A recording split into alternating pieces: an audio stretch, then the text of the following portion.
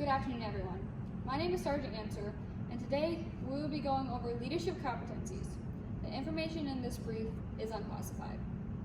Remember, it is the duty of all soldiers and DA civilians to protect and preserve the environment. So please, be aware of your surroundings and try your best to leave this room looking as you found it. Please follow along and try your best to hold off all questions until the end of the brief, where I will be able to answer them then.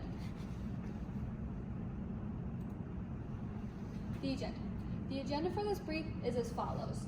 I will be teaching you what the leadership competencies are, how to be an effective leader, learning how to develop as a leader, achieving the mission in a leadership position, the conclusion, and as I said before, I will be answering questions at the end, so please try your best to hold off until then. Introduction. During my briefing, I will discuss the 3 points of leadership competencies and how to execute each one properly to ensure that you are able to be the best leader that you can be. Leadership competencies. They are what make a great leader. Leadership competencies are needed in order to make a great leader. These competencies consist of leading, developing, and achieving. To be a good leader, you do not need to be the best at these, you just need to be willing to do them. You should know how to lead and be competent in what you are teaching them. You need to develop not only yourself, but those around you and your team, of course. These are essential in order to be able to achieve the mission and tasks thrown your way, whether it is on the front lines or just a simple squad level task. You should know these to be the best leader that you can be. Becoming a great leader. Confidence is key. To be a leader, you must first be confident in yourself and your abilities to lead. You must also be aware of your faults and be willing to work on them. Being a leader will bring tough decisions your way, and whether you want to deal with them or not, you're going to have to. So you must make those decisions with your team's well-being in mind. You will need to lead by example. If a soldier sees you doing something wrong, there is a strong possibility that they will follow very closely in your footsteps. So you need to be aware of all that you are doing and make sure you're doing the best you can to not only be a leader, but a human in general. Lastly, you need to know how to properly communicate. There are people all throughout this army coming from everywhere with all different backgrounds, and you need to be able to adapt your skills of leading in order to properly communicate with everyone to make sure all information gets distributed in the best possible manner. Development.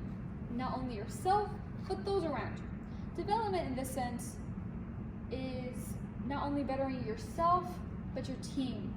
A good leader knows how to train everyone effectively. Each good leader has done each task in the past, getting them to this position, to where they are today.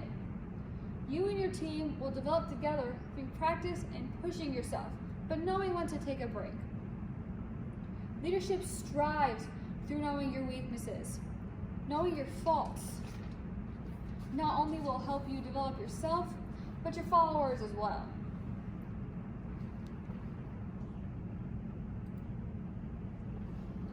Achieving. Everything comes together in the end.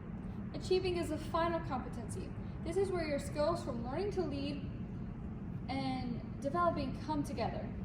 Putting these skills together will create a strong team that can get the mission done effectively.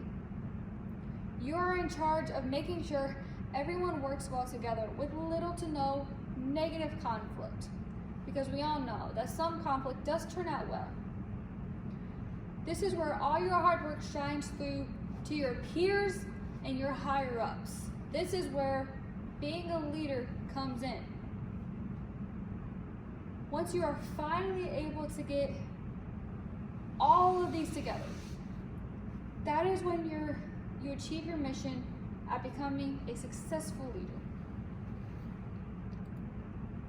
Conclusion. Each great leader has taken a step in each of these 3 competencies. Some are stronger in some than the other.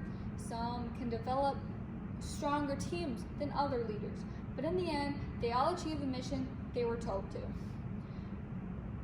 need to become a leader. To become a leader, you must know communication and be confident in what you are doing. You must also develop, not only develop yourself, but those around you while being in charge. You also must achieve. You must achieve the mission of being a successful leader. You must achieve each mission that comes your way in the best possible manner. Through being a leader, you will achieve great things with your team. Are there any questions?